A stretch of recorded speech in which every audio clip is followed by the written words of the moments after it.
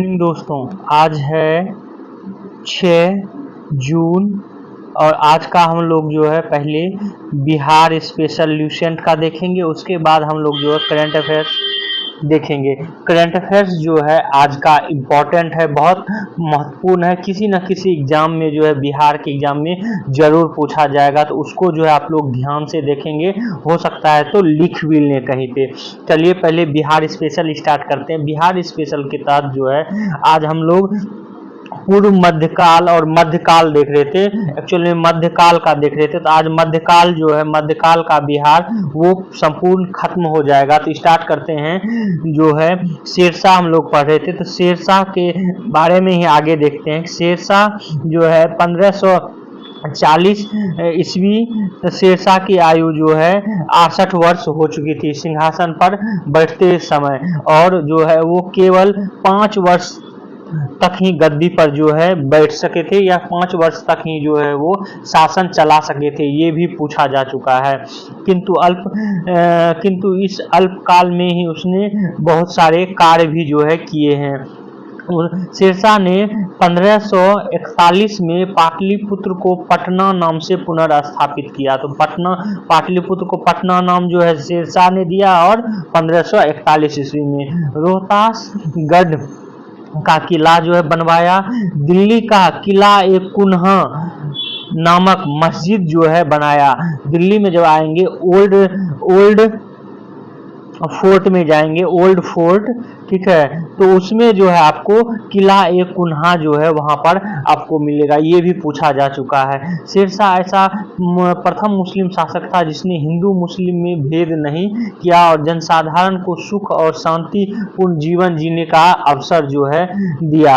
उसके बाद आपको कुछ इंपॉर्टेंट तथ्य यहाँ पर बता दें कि शेरशाह ने जो 178 ग्रेन का चांदी का सिक्का चलाया था उसको रुपया कहा जाता था, ये भी पूछा जा चुका है, ये याद रखेंगे।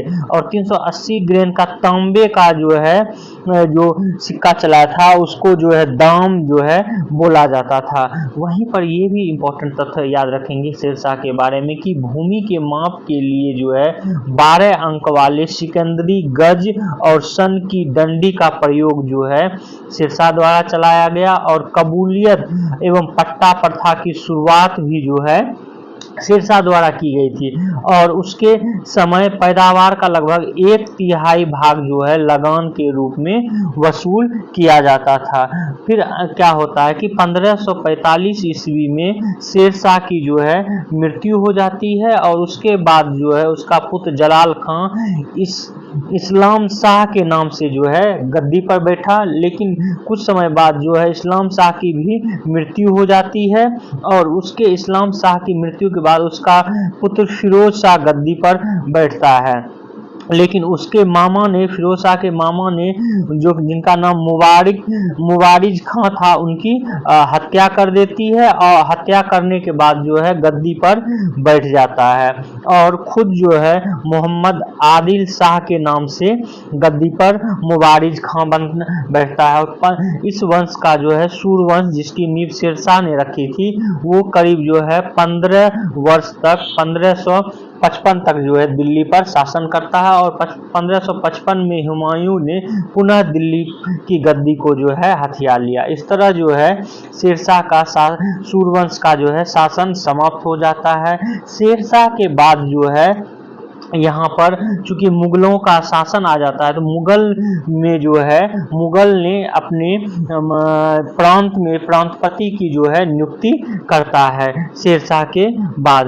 तो सुलेमान खान करानी ने अपने शासनकाल में राज्य का विस्तार किया। एक्चुअल में होता क्या है कि शेरशाह के पश्चात जो है करानी घराना जो है ये बिहार के पटना में जो है शासन करने लगता है, और इसी क्रम में सुलेमान खान करानी जो है राज्य विस्तार किया बिहार का, उड़ीसा की तरफ जो है। वहीं बाद में जो जब अकबर जो है शासन बना दिल्ली का नहीं कहें, उस समय जो ये आगरे शासन कर रहा था, तो जब शासक बनता है तो अकबर द्वारा जो है ये मानसिंह को बिहार प्रांत का जो है प्रांतपति घोषित किया जाता है। ये कब किया जाता है? तो 1587 से 1594 ईस्वी के दौरान जो है घोषित किया जाता है। इससे पहले जो है 1580 ईस्वी में बिहार को मुगल साम्राज्य का एक प्रांत घोषित कर जो है अकबर दाऊद खां करानी को नगर से पलायन कर देता है और एक प्रांत जो है घोषित करता है 1580 में, और 87 में मानसिंह को जो है प्रांतपति नियुक्त करता है। साथ ही खड़गपुर, गिद्धौर और भोजपुर के स्थानीय सरदार को जो है पराजित भी करता है। और मानसिंह ने जो है अपना राजधानी रोहतास को बनाया था। ये भी इम्पोर्टेंट तथ्य याद रखेंगे। आगे चल के जो है मुगल साम्राज्य में के राजाओं में ही जहांगीर का शासनकाल में खोखरा देश छोटा नागपुर क्षेत्र में पड़ता था, उसको जो है मुगल अधिकार में जहांगीर ने लाया था। जहांगीर ने 1621 में राजकुमार परवेज को बिहार का प्रांतपति नियुक्त किया। तब से जो है राजकुमार प्रांतपति होने लगा या नियुक्त किया जाने लगा। इसी क्रम में 1702 ईस्वी में औरंगजेब के शासनकाल में जो है उसका पौत्र राजकुमार अजीम जो है बिहार का सूबेदार बना, और अजीम जो सूबेदार बना तो उसने अजीमुस्सान की उपाधि जो है धारण की और उसने पटना का नाम बदलकर अजीमाबाद रखा। तो पटना का क्या नाम हो गया? पाटलिपुत्र, पाटली ग्राम भी कहीं कहीं लिखता है, पटना भी लिखता है, और अजीमाबाद जो है मुगल राजकुमार अजीम के समय में हुआ था। बंगाल में 1704 में क्या होता है कि मुर्शिद कुली खां ने एक स्वतंत्र राज्य का गठन किया। तो इससे क्या हुआ कि बिहार भी उसका नियंत्रण में जो है मुर्शिद कुली खां के नियंत्रण में आ गया। औरंगजेब की मृत्यु के पश्चात बहादुर शाह 1707 से 1712 तक मुगल शासक रहता है। उसने अजीमुन शान को जो है पुनः बिहार का सूबेदार नियुक्त करता है औरंगजेब की मृत्यु के बाद। जब 1711 ईस्वी में फर्रुखसियार बंगाल से बिहार आया तो फर्रुखसियार पहला मुगल सम्राट था जो जिसका कि राज्याभिषेक जो है पटना बिहार में हुआ। ये भी पूछा जा चुका। अब जो आपको बिहार पुलिस जैसे एग्जामों में, बीएसएससी जैसे एग्जामों में ये प्रश्न पूछा जा सकता है। तो फर्रुखसियार पहला मुगल सम्राट था जिसका राज्याभिषेक पटना में हुआ। कब? तो 1713 ईस्वी में जो है ये हुआ था। ये इंपॉर्टेंट है तो रट ही लेंगे अभी ही। आगे चलते हैं। फर्रुखसियार का शासन 1712 से 1719 तक जो है रहा।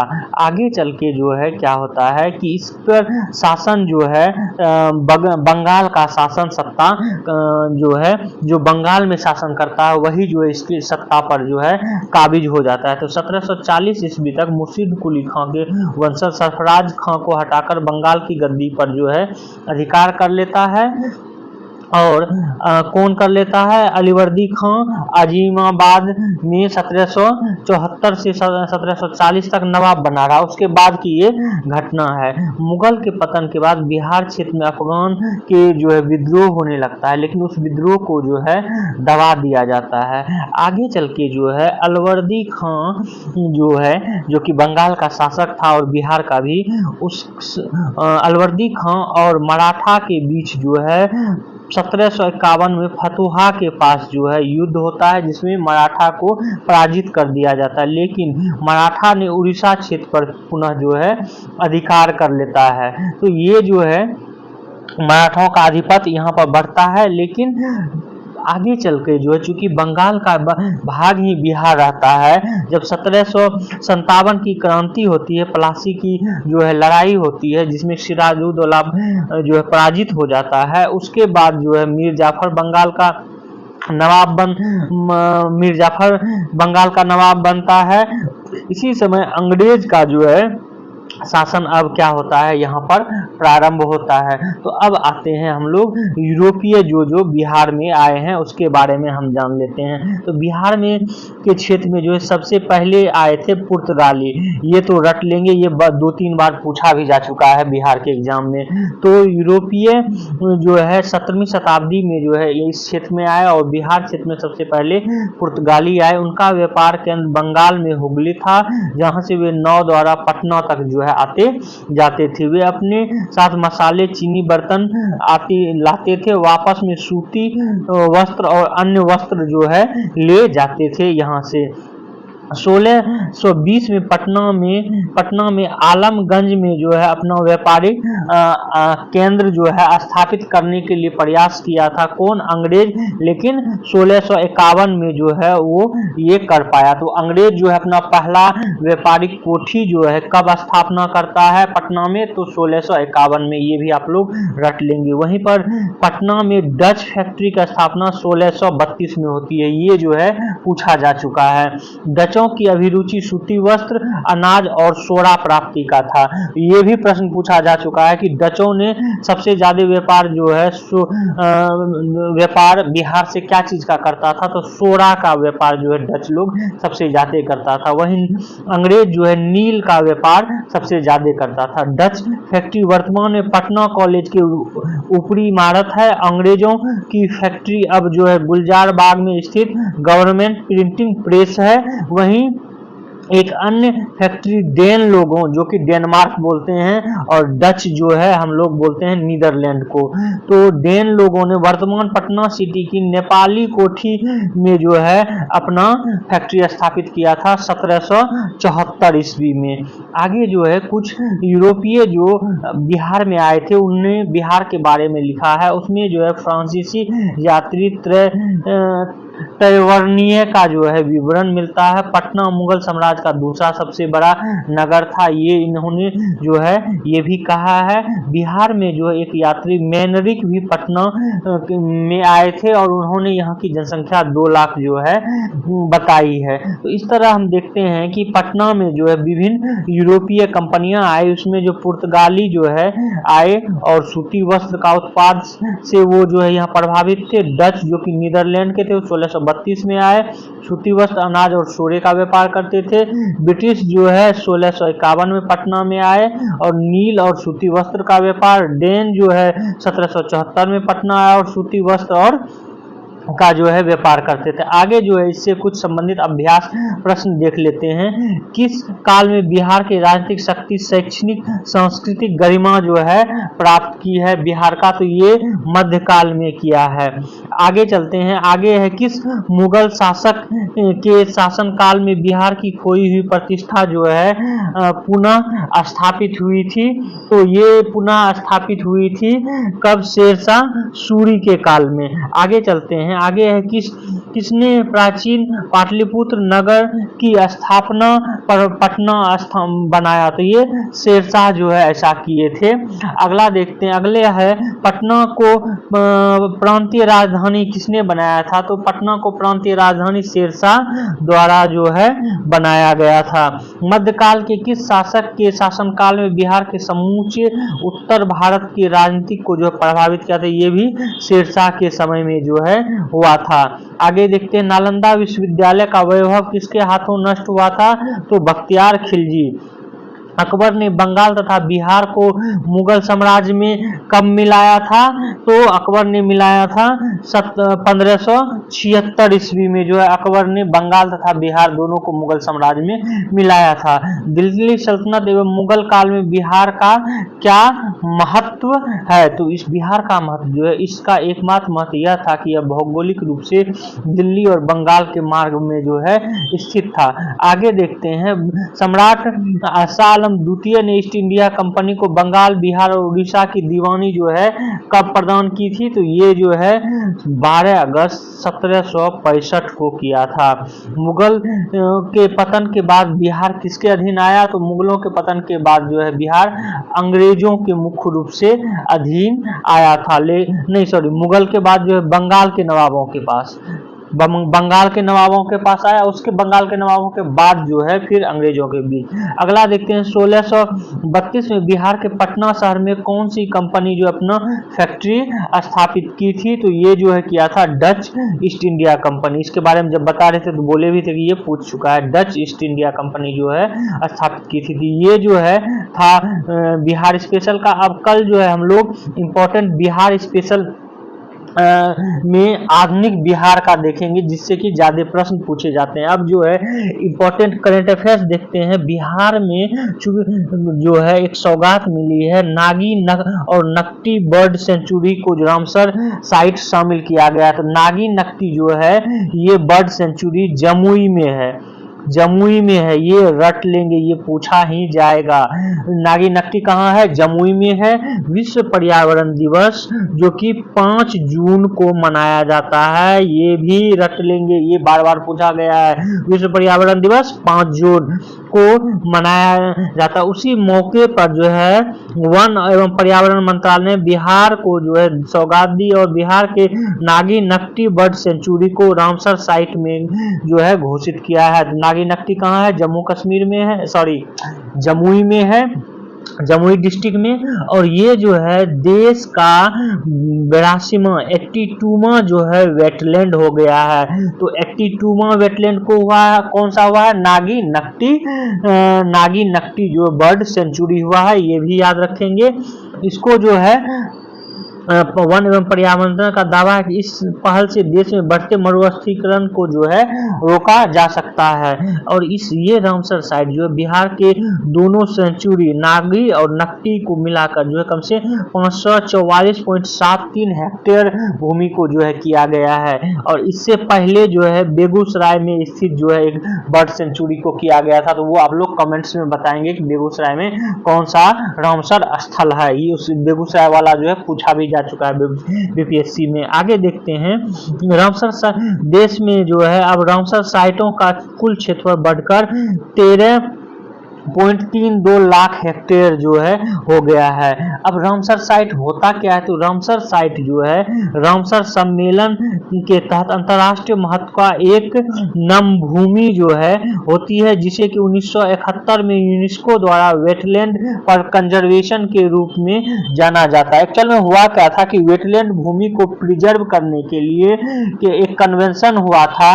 ईरान के जो है रामसर एक शहर है, वहां पर हुआ था वेटलैंड को प्रिजर्व करने के 1971 में। इसी के तहत जो है जो इस तरह से वेटलैंड भूमि को जो है इसी के तहत रामसर साइट के रूप में जो है उस शहर के नाम पर जो है रखा गया है रामसर साइट। और जो है इससे क्या होता है कि वर्ष में जो है इसका सम्मेलन भी होता है और लोग जो है इस पर हस्ताक्षर भी करते हैं। आगे ये बहुत ही इंपॉर्टेंट था, इसको सारा जो है याद रखेंगे। अगला देखते हैं, अगला है जो है world university ranking. World university ranking में मैसाचुसेट्स इंस्टीट्यूट ऑफ टेक्नोलॉजी जो कि यूएसए में है, उसको जो है पहली रैंकिंग मिली है। इसके बारे में जो है बीपीएससी में भी प्रश्न पूछे जा चुके हैं पहले जब रैंकिंग आया था। चूंकि जो है करीब 13 साल से जो है वर्ल्ड यूनिवर्सिटी रैंकिंग में मैसाचुसेट्स इंस्टीट्यूट ऑफ टेक्नोलॉजी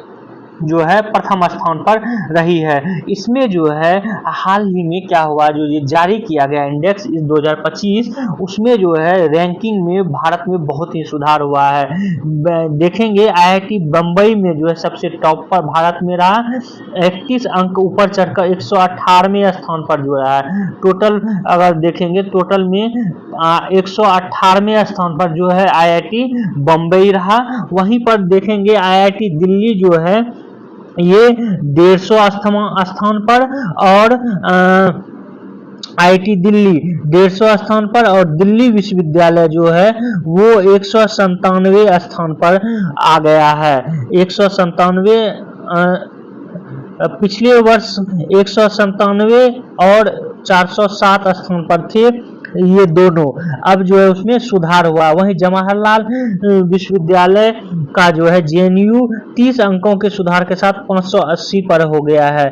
तो कहने का अर्थ है कि आईआईटी दिल्ली विश्व शीर्ष संस्थानों में 150वें स्थान पर है और डीयू जो है 328वें स्थान पर आ गया है। और सबसे अच्छी रैंकिंग बम्बई आईआईटी बम्बई की जो है, और मैसाचुसेट्स इंस्टीट्यूट ऑफ टेक्नोलॉजी इसका जो है प्रथम स्थान है। ये याद रखेंगे। आगे देखते हैं। आगे है भारत फ्रांस का साझा सैटेलाइट तृष्णा जो है पृथ्वी के तापमान की निगरानी करेगी। अभी हाल ही में जो है कि भारत और फ्रांस ने तीसरे संयुक्त सैटेलाइट मिशन तृष्णा पर मिलकर काम जो है कर रहा है। भारतीय अंतरिक्ष अनुसंधान संगठन इसरो और फ्रांसीसी अंतरिक्ष एजेंसी जो है CNES,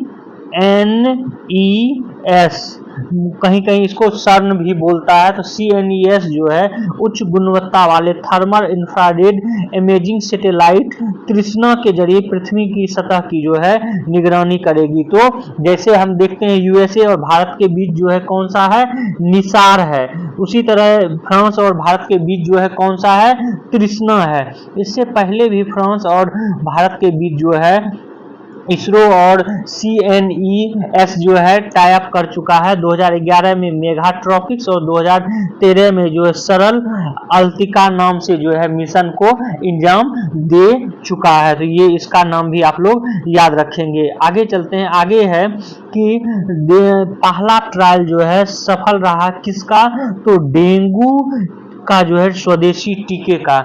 इसको जो है डेंगू के स्वदेशी टीके को पुणे स्थित सीरम इंस्टीट्यूट ऑफ इंडिया जो है इसने बनाया है और इसका ट्रायल जो है सफल रहा। इसका नाम क्या है इस डेंगू रोधी टीके का, तो टेट्रावेलेंट लाइव एटेन्यूटेड डेंगू रोधी टीका जो है ये नाम दिया गया है और इसका परीक्षण जो है सफल रहा है। आगे चलते हैं। आज का ये इसके बारे में जब डिटेल्स आता है तो और डिटेल्स जो है हम बताएंगे। अगला देखते हैं, ये भी इंपॉर्टेंट है। अंतरिक्ष में 1000 दिन बिताने वाले पहले व्यक्ति बन गए हैं ओलेग कोनोनेको, जो कि 59 साल के हैं, रूस के हैं। ओलेग कोनोनेको ये 1000 जो है दिन रहने वाले व्यक्ति हो गए अंतरिक्ष में और पहले व्यक्ति ये पहले 2008 में जो है अंतरिक्ष स्टेशन में गए थे, उसके बाद जो है 2023 में जो है ये गए हैं। तो इनका नाम याद रखेंगे कि कौन जो है सबसे ज्यादा दिन या 1000 दिन हो गया है। अगला देखते हैं करंट अफेयर।